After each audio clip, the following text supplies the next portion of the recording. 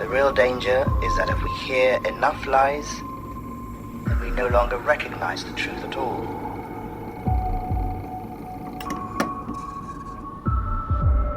$1 নোটের দিকে যদি ভালো করে তাকান তবে পেছনের পিঠে দেখতে পাবেন একটি পিরামিড, আর তার মাথায় জ্বলজ্বল করছে একটি চোখ, দ্য অল সিং আই বা সর্বদর্শী চোখ। নিচে ল্যাটিন ভাষায় লেখা নোভাস অর্ডো সেক্লোরাম, যার অর্থ যুগের নতুন ক্রম বা নিউ ওয়ার্ল্ড অর্ডার। আপনি কি কখনো ভেবেছেন কেন একটি সাধারণ মুদ্রায় এমন রহস্যময় প্রতীক থাকবে? ইন্টারনেটের আনাচে কানাচে, মিউজিক ভিডিওতে কিংবা হলিউডের সিনেমায় বারবার ঘুরে ফিরে আসে এই ত্রিভুজ আর চোখের চিহ্ন। অনেকেই বলেন এক ছায়া সরকার বা শ্যাডো গভর্নমেন্ট আড়াল থেকে পুরো পৃথিবী নিয়ন্ত্রণ করছে।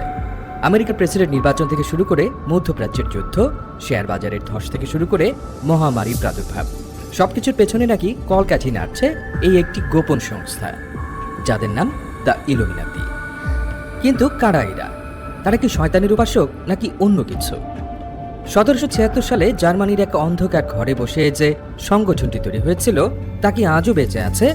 বিয়ন্সে, জে-জি কিংবা লেডি গাগা এরা কি আসলে এই দলের সদস্য, নাকি ইলুমিনাতি কেবলই আমাদের কল্পনার তৈরি এক জুজুগুড়ি?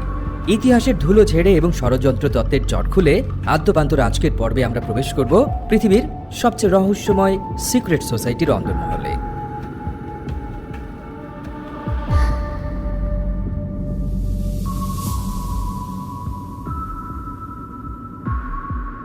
পয়লা মে 1776, বাভারিয়ার ইনগোলস্টাড, যা বর্তমানে জার্মানির অংশ।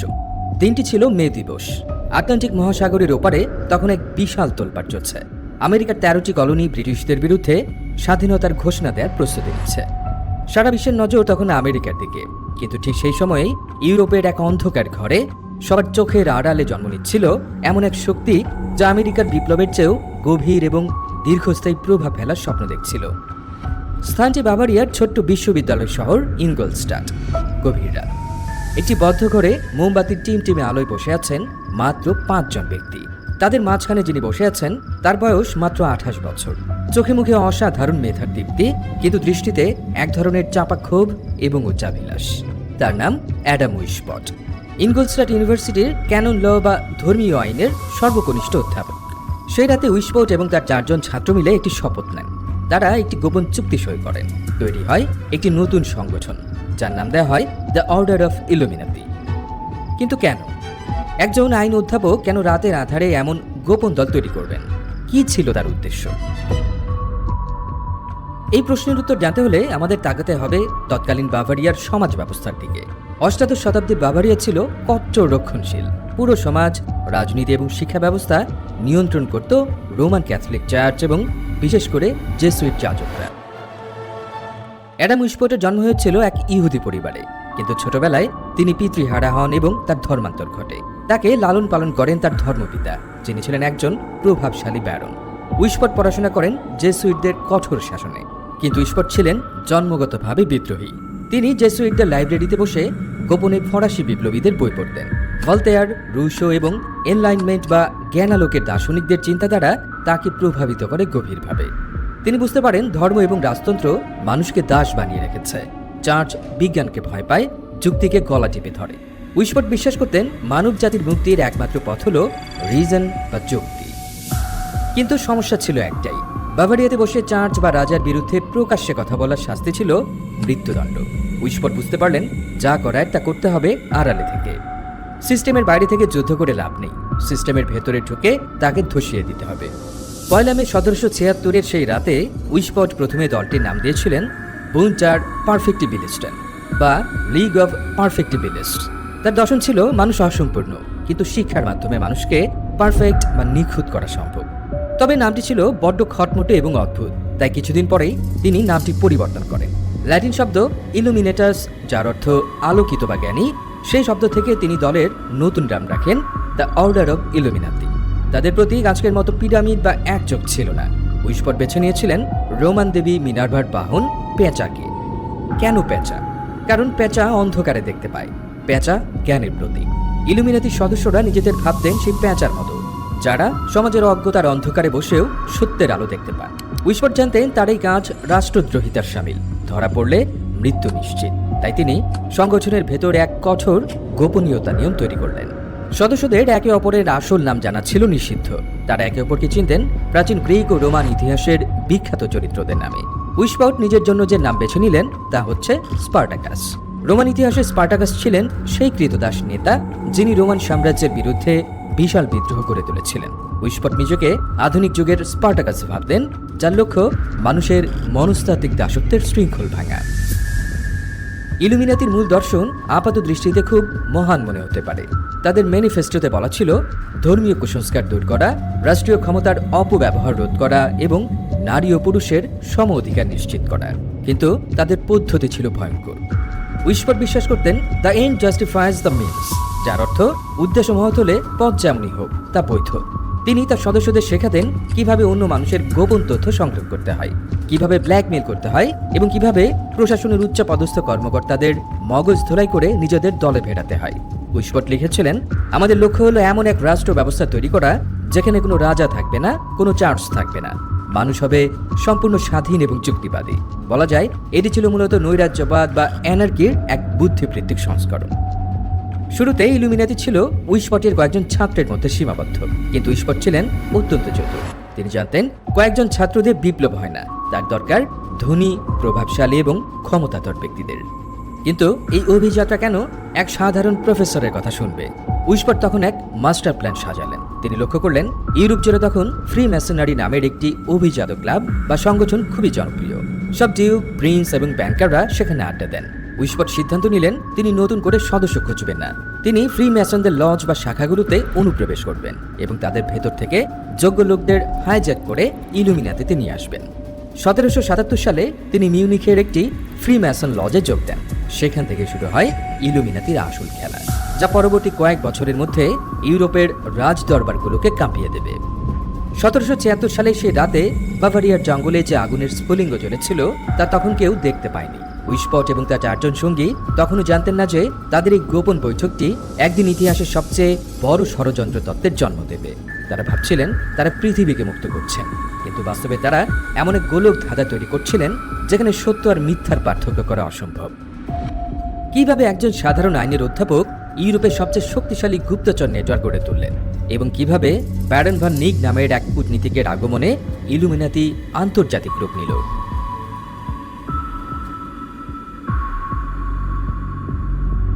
1780 সাল, মিউনিখ, বাভারিয়া। ইলুমিনাতি প্রতিষ্ঠার 4 বছর পার হয়ে গেছে, কিন্তু অ্যাডাম উইসপাউটের স্বপ্ন তখনও খুব ধীর গতিতে এগোচ্ছিল। তার সংগঠনের সদস্য সংখ্যা তখনও মাত্র হাতে গোনা কয়েক ডজন এবং তাদের বেশিরভাগই উইসপাউটের নিজের ছাত্র, যাদের পকেটে টাকা নেই, সমাজে প্রভাব নেই এবং রাজনীতিতে কোনো ক্ষমতা নেই। উইসপাউট বুঝতে পারলেন ছাত্রদের নিয়ে চায়ের টেবিলে বিপ্লব করা যায়, কিন্তু রাষ্ট্র দখল করা যায় না। তার দরকার এমন লোক যাদের কথার দাম আছে, যাদের হাতের ইশারায় আইন বদলায়, যাদের সিন্ধুকে অঢেল সম্পদ আছে। কিন্তু একজন সামান্য অধ্যাপক হয়ে তিনি কিভাবে ডিউক, ব্যারন বা ব্যাংকারদের কাছে পৌঁছাবেন? উইসপাউট তখন এক ভয়ানক এবং অত্যন্ত চতুর পরিকল্পনা করলেন। তিনি সিদ্ধান্ত নিলেন তিনি নতুন করে কোনো দুর্গ তৈরি করবেন না, বরং তিনি অন্যের দুর্গের চাবি চুরি করবেন। তার টার্গেট হলো ফ্রি ম্যাসনারি। অষ্টাদশ শতাব্দীতে ফ্রি ম্যাসনারি ছিল ইউরোপের এলিট বা অভিজাতদের সবচেয়ে বড় সোশ্যাল নেটওয়ার্ক। ডাক্তার, আইনজীবী, রাজপুত্র এবং বুদ্ধিজীবীরা ফ্রি ম্যাসন লজগুলোতে নিয়মিত আড্ডা দিতেন। সেখানে তারা গোপন প্রতীক ব্যবহার করতেন। উইসপাউট তার অনুসারীদের নির্দেশ দিলেন ফ্রি ম্যাসন লজগুলোতে যোগ দাও, তাদের বিশ্বাস অর্জন করো, তারপর যারা সবচেয়ে মেধাবী এবং প্রভাবশালী তাদের গোপনে আমাদের দলে নিয়ে এসো। এটা ছিল ইতিহাসের অন্যতম সেরা কর্পোরেট টেক ওভার বা অনুপ্রবেশের ঘটনা। ইলুমিনাতি সদস্যরা ফ্রি ম্যাসনারিকে একটি হোস্ট হিসেবে ব্যবহার করতে শুরু করলো, ঠিক যেভাবে একটি ভাইরাস শরীরের কোষে ঢুকে বিস্তার লাভ করে। উইসপাউটের এই পরিকল্পনা হয়তো ব্যর্থ হতো যদি না তিনি একজন জাদুকরের দেখা পেতেন। 1780 সালের জুলাই মাসে ইলুমিনাতির ইতিহাসে সবচেয়ে গুরুত্বপূর্ণ ঘটনাটি ঘটে। ফ্র্যাঙ্কফুর্টের এক সরাইখানায় উইসপাউটের পরিচয় হয় এক গুপ্তচরের সাথে, নাম baron Adolf von Knigge. Baron von Knigge ছিলেন একাধারে একজন অভিজাত বংশীয় কূটনীতিক, বিখ্যাত লেখক এবং ফ্রি ম্যাসনারির উচ্চপদস্থ নেতা। কিন্তু তিনি ফ্রি ম্যাসনারির উপর বিরক্ত ছিলেন। তিনি মনে করতেন ফ্রি ম্যাসনরা কেবল খাওয়া দাওয়া আর আড্ডায় সময় নষ্ট করছে, তারা আসল অকাল্ট নলেজ অর্থাৎ গুহ্য জ্ঞান হারিয়ে ফেলেছে। উইসপাউট এই সুযোগটি নিলেন। তিনি ভন নিগকে মিথ্যা বললেন। তিনি বললেন, আমাদের ইলুমিনাতি সংগঠনটি 1000 বছরের পুরনো, আমাদের কাছে এমন সব প্রাচীন জ্ঞান আছে যা মিশরের পিরামিড থেকে এসেছে। জ্ঞান পিপাসু ভন নিগ এই টোপ গিললেন। তিনি যোগ দিলেন ইলুমিনাতিতে। আর তার যোগ দেওয়ার মাধ্যমেই ইলুমিনাতি একটি লোকাল গ্রুপ থেকে ইন্টারন্যাশনাল পাওয়ার হাউসে পরিণত হলো। ব্যারন ভন নিক ছিলেন একজন অসাধারণ সংগঠক। তিনি উইশপটের অগোছালো ধারণাগুলোকে একটি সুশৃঙ্খল কর্পোরেট কাঠামোতে রূপান্তর করলেন। তিনি ইলুমিনাতির জন্য একটি 13 স্তরের হায়ারার্কি বা পদমর্যাদা তৈরি করলেন, যা বিভক্ত ছিল 3টি প্রধান শ্রেণীতে। প্রথমত দ্য নার্সারি। এখানে নতুন সদস্যদের মগজ ধোলাই করা হতো। তাদের কাজ ছিল নিজের এবং পরিবারের সদস্যদের উপর গুপ্তচর বৃদ্ধি করা এবং নিয়মিত রিপোর্ট জমা দেয়া। তাদের শেখানো হতো উইশপট অর্থাৎ জেনারেলের আদেশই চূড়ান্ত। দ্বিতীয়ত দ্য মেসনিক গ্রেডস। যারা প্রথম ধাপ পার করত তাদের এই স্তরে আনা হতো। এখান থেকে মূলত ফ্রি মেসনদের ইলুমিনাতিতে কনভার্ট করা হতো। তাদের বলা হতো, তোমরা যা জানো তা ভুল, আমরাই জানি আসল সত্য। এবং তৃতীয়ত দ্য মিস্ট্রিজ। এটি ছিল সর্বোচ্চ স্তর। এখানে পৌঁছানো সদস্যদের কাছে কেবল আসল সত্য ফাঁস করা হতো। আর সেই সত্যটি ছিল ধর্ম মানুষের তৈরি, রাজতন্ত্র অবৈধ এবং আমাদের লক্ষ্য হলো নতুন এক বিশ্ব ব্যবস্থা তৈরি করা। ভন নিকের নেতৃত্বে ইলুমিনাতির বিস্তার ঘটল ঝড়ের গতিতে, কিন্তু তাদের সবচেয়ে বড় বিজয় আসে 1782 সালে। সে বছর জার্মানির উইলহেমসবাদে ইউরোপের সব ফ্রিমেসন নেতাদের এক বিশাল সম্মেলন বা কংগ্রেস অনুষ্ঠিত হয়। ব্যারন ভন নিক সেখানে উপস্থিত ছিলেন। তিনি তার বাগ্মিতা এবং ব্যক্তিত্ব দিয়ে উপস্থিত ফ্রিমেসন নেতাদের মুগ্ধ করে ফেললেন। তিনি বোঝাতে সক্ষম হলেন যে ইলুমিনাতি হল ফ্রিমেসনারির পরবর্তী এবং উন্নত সংস্করণ। ফলাফল, শত শত ফ্রিমেসন লজ তাদের আনুগত্য পরিবর্তন করে ইলুমিনাতির ছায়াতলে চলে এলো। ইলুমিনাতির জন্য এটি ছিল এক বিশাল অর্জন। 1784 সালের মধ্যে ইলুমিনাতির সদস্য সংখ্যা 2000 থেকে 3000-এ পৌঁছে যায়। কিন্তু তাদের ক্ষমতা কেবল সংখ্যায় সীমাবদ্ধ ছিল না, কারণ যেসব মানুষ ইলুমিনাতির সদস্য হয়েছিল তারা কেবল বিখ্যাত ছিলেন না, ছিলেন ব্যাপক প্রভাবশালী। যেমন বিখ্যাত জার্মান কবি ইয়োহান ভলফগ্যাং ফন গোটে, দার্শনিক Johann Gottfried Herder, duke of Gotha এবং ডিউক অফ ব্রান্সউইকের মতো শাসকরা, সেই সাথে ইউরোপের বড় বড় সব ব্যাংকাররা। পরিস্থিতি এমন দাঁড়ালো যে বাভারিয়ার সরকারি অফিস, আদালত এবং বিশ্ববিদ্যালয়গুলোর প্রতিটি গুরুত্বপূর্ণ পদে একজন করে ইলুমিনাতি সদস্য বসেছিল। উইশপট গর্ব করে তার এক চিঠিতে লিখেছিলেন, রাজারা ভাবে তারা দেশ চালাচ্ছে, কিন্তু তারা জানে না তাদের কলম দিয়ে আমরাই সই করাচ্ছি। কিন্তু অত্যধিক ক্ষমতা আর অহংকারী শেষমেশ পতনের কারণ হয়ে দাঁড়ালো। উইশপট ছিলেন এক না একতান্ত্রিক। তিনি চাইতেন সবাই তার কথায় উদ্বস করুক। অন্যদিকে ব্যারন ভন নিক ছিলেন স্বাধীন চেতা এবং অভিজাত। তিনি উইশপটের এই কন্ট্রোল ফ্রিক স্বভাব মেনে নিতে পারলেন না। সংগঠনের ভেতরে শুরু হলো দুই নেতার স্নায়ুযুদ্ধ। উইশপট বললেন নিক ধর্মকে বেশি গুরুত্ব দিচ্ছে, আর নিক বললেন উইশপট একজন স্বৈরাচারী পাগল। এই অভ্যন্তরীণ কোন্দল যখন চরমে, ঠিক তখনই তাদের একটি গোপনীয় চিঠি ভুল হাতে পড়ে যায়। আর সেই একটি চিঠি বাভারিয়ার রাজার কাছে ফাঁস করে দেয় তার নাকের জগাতেই কিভাবে তার কবর খোঁড়া হচ্ছে। কিভাবে ফাঁস হলো সেই চিঠি এবং বজ্রপাতের আঘাতে এক বার্তাবাহকের মৃত্যু কিভাবে ইলুমিনাতির গোপন দলিল প্রকাশ করে দিল।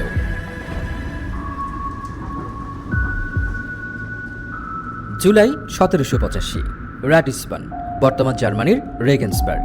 আকাশে তখন দুর্যোগের ঘনঘটা। কালো মেঘে ঢেকে গেছে বাভারিয়ার আকাশ। একটু পরপরই বিকট শব্দে বজ্রপাত হচ্ছে। মুষলধারে বৃষ্টিতে রাস্তাঘাট জনশূন্য। ঠিক এমন এক ঝড়ো রাতে জোহান জ্যাকব ল্যাঞ্জ নামের এক ব্যক্তি ঘোড়ায় চড়ে জরুরি কাজে যাচ্ছিলেন। তিনি ছিলেন একজন ধর্মযাজক, কিন্তু গোপনে তিনি কাজ করতেন ইলুমিনাতির একজন কুরিয়ার বা বার্তাবাহক হিসেবে। হঠাৎ একটি বজ্রপাত সরাসরি আঘাত হানে ল্যাঞ্জের উপর। সাথে সাথেই মৃত্যু হয় তার। ঘটনাস্থলে পুলিশ আসে। তারা ল্যাঞ্জের মৃতদেহ তল্লাশি করতে গিয়ে তার কোচের ভেতরের পকেটে সেলাই করা কিছু অদ্ভুত কাগজপত্র খুঁজে পায়। পুলিশ প্রথমে বুঝতে পারেনি তারা কি পেয়েছে, কিন্তু যখন তারা কাগজগুলো বাভারিয়ার রাজ দরবারে পাঠালো তখন রাজার চোখ কপালে উঠল। এই একটি বজ্রপাত ইলুমিনাতির কফিনে প্রথম এবং সবচেয়ে বড় পেরেকটি ঠুকে দেয়। ল্যাঞ্জের পকেটে থাকা ওই তালিকা বা হিট লিস্টে এমন সব প্রভাবশালী ব্যক্তির নাম ছিল যা দেখে সরকার বুঝতে পারল তাদের নাকের জগাতেই এক বিশাল ষড়যন্ত্র চলছে। অনেকে একে বলেন সৃষ্টিকর্তার হস্তক্ষেপ। প্রকৃতি নিজেই চেয়েছিল এই শয়তানি চক্রের গোপন কথা ফাঁস হয়ে যায়। অবশ্য ল্যাঞ্জের মৃত্যুর আগেই ফাটল ধরেছিল ইলুমিনাতির দুর্গে, আর সেই ফাটলের কারণ ছিল দুই নেতার ইগো বা অহংকারের লড়াই। 1784 সালের দিকে অ্যাডাম উইশপট এবং ব্যারন ভন নিকের সম্পর্ক সাপে নেউলে পরিণত হয়। দ্বন্দ্ব চরমে পৌঁছালে 1784 সালের এপ্রিলে ব্যারন ভন নিক ইলুমিনাতি থেকে পদত্যাগ করেন। যাওয়ার আগে তিনি বলে যান, উইশপট একজন পাগল জেসুইট ছাড়া কিছুই নন। ভন নিকের চলে যাওয়া ছিল ইলুমিনাতির জন্য এক বিশাল ধাক্কা, কারণ তিনি ছিলেন সংগঠনের প্রধান রিক্রুটার। তার সাথে সাথে অনেক ধনী সদস্যও দল ত্যাগ করে। এদিকে ল্যাঞ্জের মৃতদেহ থেকে পাওয়া নথি এবং ইলুমিনাতি থেকে বেরিয়ে যাওয়া অসন্তুষ্ট সদস্যদের জবানবন্দি বাভারিয়ার শাসক চার্লস থিওডোরের হাতে পৌঁছায়। রাজা শিউরে উঠলেন। তিনি দেখলেন তার নিজের সভাসদ, নিজের উপদেষ্টা, এমনকি তার পরিবারের লোকজনও এই গোপন দলের সদস্য।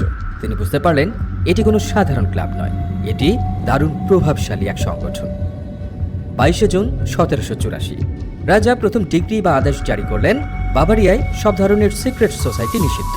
এরপর 1785 সালের 2রা মার্চ দ্বিতীয় ডিগ্রিতে সরাসরি ইলুমিনাতির নাম উল্লেখ করে তাদের সম্পত্তি বাজেয়াপ্ত করার নির্দেশ দেওয়া হলো। শুরু হলো পুলিশের চিরুনি অভিযান বা ক্র্যাকডাউন। পুলিশ ইলুমিনাতির অন্যতম শীর্ষ নেতা জেভিয়ার ভন জাওয়াকের বাড়িতে হানা দিল। জাওয়াকের বাড়ি থেকে উদ্ধার করা গোপন নথিগুলো সরকার জনসমক্ষে প্রকাশ করে দেয়।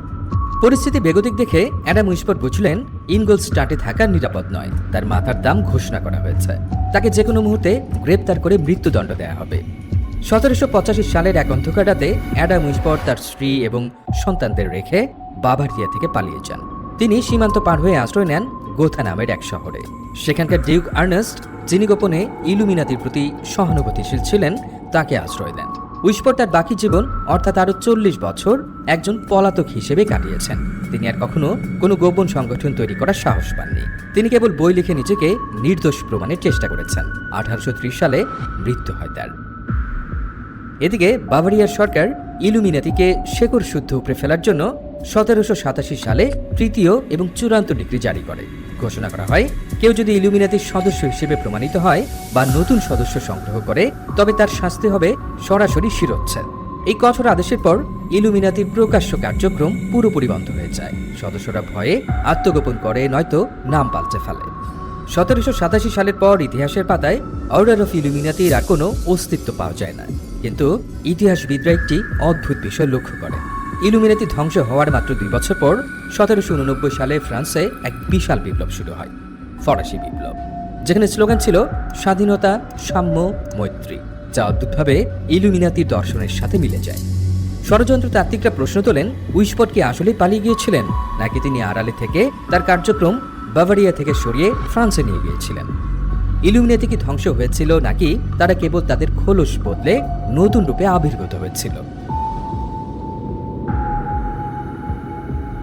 14 জুলাই 1789 ফ্রান্সের প্যারিস। বাভারিয়াতে ইলুমিনাতি নিষিদ্ধ হওয়ার মাত্র 4 বছর পরের ঘটনা। প্যারিসের রাজপথে তখন রক্তের বন্যা। ক্ষুব্ধ জনতা ঐতিহাসিক বাস্তিল দুর্গ ভেঙে চুরমার করে দিচ্ছে। 1000 বছরের পুরনো ফরাসি রাজতন্ত্র তাঁশের ঘরের মতো ভেঙে পড়ছে। রাজা ষোড়শ লুই এবং রানী মেরি অ্যান্টনেটের গর্দানে নেমে আসছে গিলোটিনের ধারালো ফলা। ইউরোপের রাজারা স্তম্ভিত। তারা ভাবতে পারছিলেন না যে সাধারণ অশিক্ষিত কৃষকরা কিভাবে এমন সুশৃঙ্খল বিপ্লব ঘটাতে পারে। ঠিক এই বিশৃঙ্খলার মাঝেই বাতাসে ভেসে এলো একটি গুঞ্জন। লোকেরা বলাবলি করতে শুরু করলো, এটা সাধারণ মানুষের কাজ নয়, এর পেছনে কোনো অদৃশ্য হাত আছে। কারা এই অদৃশ্য হাত? সবার আঙুল উঠল সেই মৃত বা নিষিদ্ধ ঘোষিত সংগঠনটির দিকে, দ্য ইলুমিনাতি। কিন্তু প্রশ্ন হলো, 1787 সালে যে সংগঠন বাভারিয়াতে ধ্বংস হয়ে গেছে বলে দাবি করা হয়েছিল, তারা 1789 সালে প্যারিসে আগুন জ্বালালো কিভাবে? ফরাসি বিপ্লবের নেতৃত্বে ছিল একটি চরমপন্থী রাজনৈতিক দল, যাদের নাম জ্যাকোবিন ক্লাব। এরাই বিপ্লবের সময় ফ্রান্সে ত্রাসের রাজত্ব কায়েম করেছিল। তাদের নেতা ম্যাক্সিমিলিয়ান রোবেসপিয়ার হাজার হাজার মানুষকে গিলোটিনে ফেলে হত্যা করেছিলেন। ষড়যন্ত্রতাত্ত্বিকরা দাবি করেন এই জ্যাকোবিনরা আসলে ছিল ইলুমিনাতির ফরাসি সংস্করণ। কারণটা লক্ষ্য করুন। প্রথমত, উইসপটের ইলুমিনাতি এবং জ্যাকোবিন উভয়ের মূল লক্ষ্য ছিল রাজতন্ত্র, চার্চের ধ্বংস এবং যুক্তিবাদী রাষ্ট্রের প্রতিষ্ঠা। দ্বিতীয়ত, বিপ্লবের অন্যতম নায়ক মিরাবো বাভারিয়াতে থাকাকালীন ইলুমিনাতির সংস্পর্শে এসেছিলেন বলে প্রমাণ পাওয়া যায়। ধারণা করা হয় তিনি ফ্রান্সে ফিরে ইলুমিনাতির মডেল অনুকরণ করেই গোপন বিপ্লবী দল গঠন করেছিলেন। এমনকি ফরাসি বিপ্লবের পর ডিক্লারেশন অফ হিউম্যান রাইটসের যে ছবি প্রকাশ করা হয়, তার একদম উপরে আঁকা ছিল দ্য অল সিইং আই বা পিরামিডের মাথায় সে চোখ। এদিকে শুধুই কাকতালীয়, নাকি উইসপটের স্পার্টাকাস মতবাদ প্যারিসের রাস্তায় বাস্তবায়িত হচ্ছিল? 1797 সালে অগাস্টিন বারুয়েল নামের একজন ফরাসি জেসুইট যাজক একটি বই লেখেন, মেমোয়ার্স ইলাস্ট্রেটিং দ্য হিস্ট্রি অফ জ্যাকোবিনিজম। বিপ্লবের সময় তিনি ফ্রান্সে ছিলেন এবং নিজের চোখে রাজতন্ত্রের পতন দেখেছিলেন। তিনি বিশ্বাস করতেন এটি শয়তানের কাজ। এই বইয়ে তিনি সরাসরি দাবি করেন ফরাসি বিপ্লব স্বতঃস্ফূর্ত কোনো ঘটনা নয়, এটি ছিল একটি দীর্ঘমেয়াদী এবং সুপরিকল্পিত ষড়যন্ত্র। বাভারিয়ান ইলুমিনাতি, ফ্রি মেসন এবং জ্যাকোবিনরা মিলে একজোট হয়ে এই ঘটনা ঘটিয়েছে। বারুয়েল দাবি করেন উইসপট আড়ালে থেকে পুরো ইউরোপ ধ্বংসের ছক কষছেন। প্রায় একই সময়ে স্কটল্যান্ডে বসে জন রবিনসন নামের এক বিখ্যাত পদার্থবিজ্ঞানী এবং গণিতবিদ আরেকটি বোমা ফাটান। তার বইয়ের নাম proofs of A conspiracy. Robinson দাবি করেন তিনি নিজে একসময় ফ্রিমেসন ছিলেন এবং তিনি দেখেছেন কিভাবে ইলুমিনাতির চরেরা ফ্রিমেসন লজগুলো হাইজ্যাক করেছে। তিনি লেখেন, ইলুমিনাতি ধ্বংস হয়নি, তারা কেবল মাটির নিচে চলে গেছে। তাদের লক্ষ্য এখন সমস্ত ধর্মীয় প্রতিষ্ঠান এবং সরকারকে ধ্বংস করে একটি গ্লোবাল রিপাবলিক বা বিশ্ব সরকার গঠন করা। এই দুটি বই ইউরোপ এবং আমেরিকায় বেস্ট সেলার হয়ে যায়। মানুষ প্রথমবারের মতো কনস্পিরেসি থিওরি বা ষড়যন্ত্র তত্ত্বে বিশ্বাস করতে শুরু করে। তারা ভাবতে শুরু করে আমরা যা দেখছি তা সত্য নয়, সত্য লুকিয়ে আছে পর্দার আড়ালে। 1798 সালে বারুয়েল এবং রবিনসনের বইয়ের প্রভাব আটলান্টিক মহাসাগর পাড়ি দিয়ে পৌঁছে যায় আমেরিকায়। সে বছর আমেরিকায় এক অদ্ভুত আতঙ্ক ছড়িয়ে পড়ে, যা ইতিহাসে দ্য ইলুমিনাতি স্কেয়ার নামে পরিচিত। আমেরিকার রক্ষণশীল যাজকরা প্রচার করতে শুরু করেন যে থমাস জেফারসন এবং তার দল ইলুমিনাতির সদস্য। তারা দাবি করেন জেফারসন আমেরিকায় নাস্তিকতা এবং ফরাসি স্টাইলের বিপ্লব আনতে চান। পরিস্থিতি এতটাই ঘোলাটে হয় যে স্বয়ং জর্জ ওয়াশিংটনকে এই নিয়ে কথা বলতে হয়েছিল। 1798 সালে লেখা এক চিঠিতে ওয়াশিংটন স্বীকার করেন যে তিনি ইলুমিনাতির মতবাদ সম্পর্কে জানেন। তিনি লেখেন, আমি সন্দেহ করি না যে ইলুমিনাতির মতবাদ এবং জ্যাকোবিনদের নীতি আমেরিকায় ছড়িয়ে পড়েছে, কিন্তু আমি বিশ্বাস করি না যে তারা আমাদের সরকারকে উৎখাত করতে সক্ষম। জর্জ ওয়াশিংটনের এই চিঠিটি আজও ষড়যন্ত্রতাত্ত্বিকদের কাছে এক পবিত্র দলিলের মতো। তারা বলেন, দেখুন, খোদ ওয়াশিংটন স্বীকার করেছেন ইলুমিনাতি আছে, কিন্তু আধুনিক ইতিহাসবিদরা কি বলেন? অনেকের মতে অগাস্টিন বারুয়েল এবং জন রবিনসন মূলত স্কেপগোট বা বলির পাঠা খুঁজছিলেন। রাজা এবং চার্চ মেনে নিতে পারছিল না যে সাধারণ অভুক্ত জনগণ তাদের বিরুদ্ধে বিদ্রোহ করেছে, তাই তারা নিজেদের ব্যর্থতা ঢাকার জন্য একটি কাল্পনিক ভিলেন তৈরি করেছিল। তারা বলতে চেয়েছিল জনগণ আমাদের ঘৃণা করে না, ওই শয়তান ইলুমিনাতি তাদের উস্কে দিয়েছে। অর্থাৎ ফরাসি বিপ্লব ছিল ক্ষুধা এবং দারিদ্র্যের ফল, কিন্তু ইলুমিনাতির মিথ সেটিকে এক আন্তর্জাতিক ষড়যন্ত্রের তকমা দিয়ে দেয়। 1789 থেকে 1800 সাল, এই সময়টাতেই আসল ইলুমিনাতি অর্থাৎ উইশপটের দল হারিয়ে যায় আর জন্ম নেয় মিথিক্যাল ইলুমিনাতি। অ্যাডাম উইশপট 1830 সালে মারা যান, কিন্তু বারুয়েল এবং রবিনসনের বইগুলো ইলুমিনাতিকে অমর করে দেয়। মানুষ বিশ্বাস করতে শুরু করলো ইলুমিনাতি এমন এক শক্তি যা কখনো মরে না, তারা ছায়া হয়ে আমাদের সাথে আছে, তারা সরকার চালায়, তারা যুদ্ধ বাঁধায়। কিন্তু এই রাজনৈতিক জুজুগুড়ি কিভাবে বিংশ শতাব্দীতে এসে পপ কালচার, মিউজিক ভিডিও এবং হলিউড সিনেমার অংশে পরিণত হলো? কিভাবে পিরামিড আর একচোখের সাইন হয়ে উঠল আধুনিক ইলুমিনাতির ট্রেডমার্ক?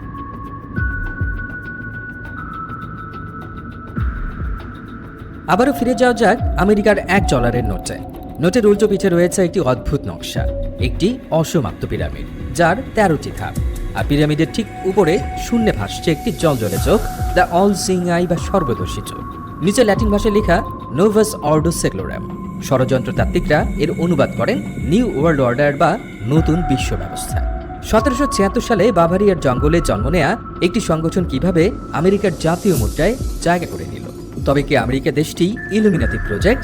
আমেরিকার ফাউন্ডিং ফাদাররা কি গোপনে উইশপটের অনুসারী ছিলেন? ইন্টারনেটের যুগে এই প্রশ্নগুলোই দাবানলের মতো ছড়িয়ে পড়েছে।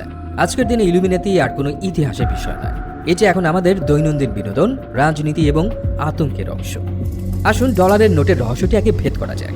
ইতিহাস বলছে এই গ্রেট সিল বা নকশাটি চূড়ান্ত করা হয়েছিল 1782 সালে, আর ইলুমিনাতি গঠিত হয়েছিল 1776 সালে। সময়ের হিসেবে কাছাকাছি মনে হলেও বাস্তবতা ভিন্ন। প্রথমত চোখ। এই চোখটি আসলে আই অফ প্রভিডেন্স। এটি সৃষ্টিকর্তার সর্বদ্রষ্টার চোখ, যা মধ্যযুগ থেকেই খ্রিস্টান শিল্পকলায় ব্যবহৃত হয়ে আসছে।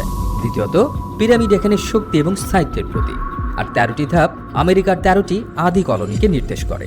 তৃতীয়ত ল্যাটিন বাক্য নোভাস অর্ডো সেক্লোরামের সঠিক অর্থ নিউ ওয়ার্ল্ড অর্ডার নয়, এর অর্থ new order of the ages বা যুগের নতুন ক্রম।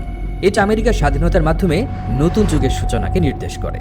কিন্তু 1935 সালে যখন প্রেসিডেন্ট ফ্রাঙ্কলিন ডি রুজভেল্ট, যিনি একজন ফ্রিমেসন ছিলেন, এই প্রতীকটি ডলারের নোটে যুক্ত করেন, তখনই ষড়যন্ত্রতাত্ত্বিকরা 2-2 4 মেলাতে শুরু করেন। তারা দাবি করেন এটি ছিল ইলুমিনাতির বিশ্ব দখলের সিগন্যাল। বিংশ শতাব্দীর শেষ দিকে এবং 21 শতাব্দীর শুরুতে ইলুমিনাতি মিথ এক নতুন মোড় নেয়। এবারের মঞ্চ হয় হলিউড এবং মিউজিক ইন্ডাস্ট্রি। আপনি নিশ্চয়ই দেখেছেন বিয়ন্সে, জে-জি, লেডি গাগা বা রিয়ানা তাদের মিউজিক ভিডিও বা কনসার্টে হাতের আঙুল দিয়ে একটি ত্রিভুজ বা ডায়মন্ড আকৃতি তৈরি করছেন, কিংবা এক চোখ হাত দিয়ে ঢেকে রাখছেন। ইন্টারনেটের গোয়েন্দারা দাবি করেন জে-জির রক নেশনের সাইন আসলে ইলুমিনাতির পিরামিড। তিনি নাকি শয়তানের কাছে আত্মা বিক্রি করে এই খ্যাতি পেয়েছেন। লেডি গাগার অদ্ভুত সব পোশাক এবং এক চোখ দেখানোর ভঙ্গি ইলুমিনাতির মাইন্ড কন্ট্রোলের প্রতীক। বলা হয় সিআইএর গোপন প্রজেক্ট MK আল্ট্রার মাধ্যমে সেলিব্রিটিদের মগজ ধোলাই করে তাদের ইলুমিনাতির পুতুল বানানো হয়েছে। কিন্তু বাস্তবতাটা কি জানেন? এটি হলো বিশুদ্ধ মার্কেটিং। জে-জি বা বিয়ন্সে খুব ভালো করে জানেন যে বিতর্ক বা কন্ট্রোভার্সি বিক্রি হয়। তারা জানেন তারা যদি একটু রহস্যময় আচরণ করেন তবে মানুষ তাদের নিয়ে কথা বলবে, ইউটিউবে ভিডিও বানাবে, আর দিন শেষে লাভবান হবে তাদেরই ব্র্যান্ড। তারা ইলুমিনাতি সদস্য নন, তারা ইলুমিনাতি মিথকে ট্রল করছেন এবং তা থেকে টাকা কামাচ্ছেন। সেলিব্রিটিদের বাদ দিলে ইলুমিনাতি তত্ত্বের সবচেয়ে ভয়ঙ্কর দিকটি হল নিউ ওয়ার্ল্ড অর্ডার। এই তত্ত্ব অনুযায়ী বিশ্বের শীর্ষ ধনী এবং ক্ষমতাধর ব্যক্তিদের একটি গোপন গ্রুপ আড়াল থেকে পৃথিবীকে নিয়ন্ত্রণ করছে। এদের বলা হয় আধুনিক ইলুমিনাতি। এদের মধ্যে বিল গেটস, রথচাইল্ড পরিবার, রকফেলার পরিবার এবং ব্রিটিশ রাজ পরিবারের নামও রয়েছে। তাদের কথিত এজেন্ডাগুলো শুনলে গায়ের লোম দাঁড়িয়ে যায়। যেমন পৃথিবীর সব দেশের সীমানা মুছে দিয়ে একটি মাত্র সরকার গঠন করা, যা তারা নিয়ন্ত্রণ করবে। তাদের মতে পৃথিবীর সম্পদ সীমিত, তাই কৃত্রিম ভাইরাস, মহামারী বা টিকার মাধ্যমে পৃথিবীর জনসংখ্যা কমিয়ে 500 মিলিয়নে নামিয়ে আনতে হবে। জর্জিয়া গাইডস্টোনস নামক একটি মনুমেন্টে এই কথাটি খোদাই করা ছিল, যা এই তত্ত্বের আগুনে ঘি ঢেলেছে। এছাড়া সব কাগজের টাকা বাতিল করে ডিজিটাল কারেন্সি চালু করা, যাতে তারা প্রতিটি মানুষের প্রতিটি লেনদেন ট্র্যাক করতে পারে। সুইজারল্যান্ডের দাভোস শহরে অনুষ্ঠিত ওয়ার্ল্ড ইকোনমিক ফোরাম বা বিল্ডারবার্গ গ্রুপের গোপন মিটিংগুলোকে তাত্ত্বিকরা এই নিউ ওয়ার্ল্ড অর্ডারের আতুর ঘর বলে মনে করেন। এখন সবচেয়ে বড় প্রশ্ন, ইলুমিনাতি কি আজও সক্রিয়? তারা কি আসলে বিশ্ব নিয়ন্ত্রণ করে? উত্তর হলো না এবং হ্যাঁ। না হওয়ার কারণ 1776 সালের সেই বাভারিয়ান ইলুমিনাতি এবং অ্যাডাম উইসপটের সংগঠন অনেক আগেই ধ্বংস হয়ে গেছে। শয়তানের পূজা করা কোনো আলখেল্লা পড়া গোপন দল মাটির নিচে বসে বিশ্ব চালাচ্ছে না। আর হ্যাঁ হওয়ার কারণ পৃথিবীতে গ্লোবাল এলিট বা একটি ধনিক শ্রেণী আসলেই আছে। তারা আসলেই দাভোসে মিটিং করে, তারা আসলেই লবিং করে তাদের ব্যবসার সুবিধার্থে দেশের আইন পরিবর্তন করে। তারা তেলের দাম, ওষুধের দাম বা যুদ্ধের নীতি নির্ধারণে প্রভাব ফেলে। কিন্তু একে ইলুমিনাতি বলাটা ভুল হবে। এর আসল নাম আনচেকড ক্যাপিটালিজম, অর্থাৎ অনিয়ন্ত্রিত পুঁজিবাদ এবং ভূ রাজনীতি।